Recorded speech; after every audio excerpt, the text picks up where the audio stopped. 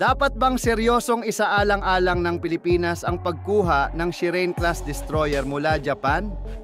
Isang malawak na pagsusuri at opinyon habang patuloy na humaharap ang Pilipinas sa mga hamon sa karagatan at tumitinding tensyon sa Indo-Pacific, lalong nagiging malinaw na kailangan ng Philippine Navy ng mas malakas, mas moderno at mas organisadong fleet upang mapanatili ang seguridad sa teritoryo nito.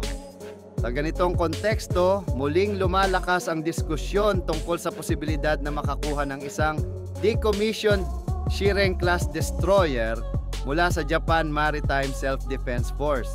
Ang tanong kaning ngayon na gumugulo sa isip ng mga analysts at defense planners ay kung ang Pilipinas ay handa at nararapat bang pumasok sa pag-aakusisyon ng isang barkong may ganitong laki, kakayahan at kahalagahan. Maraming eksperto ang naniniwalang ang Shireen-class ay maaaring maging napakahalagang hakbang tungo sa mas mataas na antas ng naval capability. Ito ang uri ng barkong matagal nang hinahanap at kailangan ng Philippine Navy, lalo na't wala pa itong tunay na flagship vessel na may kumpleto at modernong command and control systems. Ang kasalukuyang fleet ay may magagandang assets tulad ng Jose Rizal-class frigates at BRP Sierra Madre na nagsisilbing simbolo ng presensya sa West Philippine Sea. Ngunit wala pang barko na kayang magsilbi bilang sentro ng malakihang operasyon sa dagat. Ang pagdating ng isang Shireen-class ay maaaring magbigay ng bagong dimensyon sa kakayahan ng hukbong dagat. Ang Shireen-class ay kilala bilang isa sa pinakamakabagong barko ng Japan noong panahon ng serbisyo nito. Idinisenyo ito bilang helicopter destroyer na may malawak na flight deck at hangar na kayang magdala at mag-operate ng maraming naval helicopters. Sa Pilipinas, kung saan napakalawak ng karagatang kailangang bantayan, ang kakayahang ito ay mahalaga para sa mas malayong surveillance, mabilis na pagtugon sa banta, at epektibong anti-submarine warfare. Sa isang bansa na kulang pa sa long-range maritime patrol assets, ang pagkakaroon ng shipborne helicopters ay malaking game changer na maaaring magbigay ng mas malawak na larawan ng aktibidad sa teritoryo nito. Kung sakaling maituloy ang akwisisyon, inaasahan na sasailalim sa modernisasyon ang barko upang tumugma sa kasalukuyang pangangailangan ng Pilipinong hukbong dagat. Maraming eksperto ang umaasang maaari itong lagyan ng mas modernong artillery system, advanced sensors, mas matatag na electronic warfare suite at integrated combat management system na makakatulong para sa mas mahusay na koordinasyon kasama ang iba pang barko ng Navy at mga kaalyadong bansa tulad ng Japan at Estados Unidos.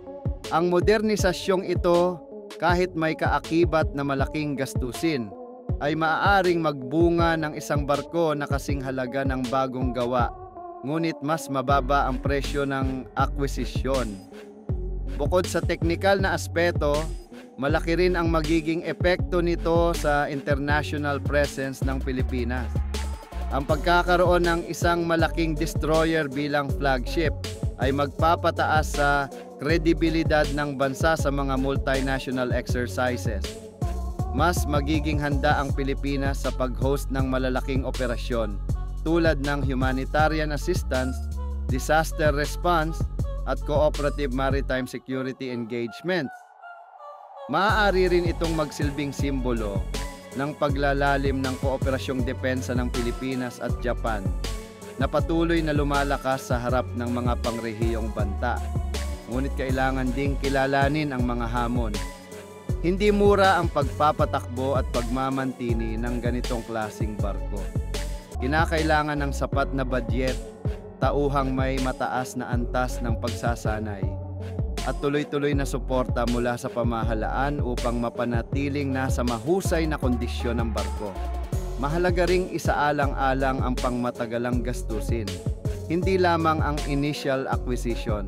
Gayunpaman, marami sa mga defense analysts ang naniniwalang ang benepisyo at strategic value ng pagkakaroon ng isang Shireen class ay higit pa sa mga posibleng gastos. Sa personal na pananaw, naniniwala akong dapat seryosong isaalang-alang ng Pilipinas ang pagkuha ng Shireen class destroyer.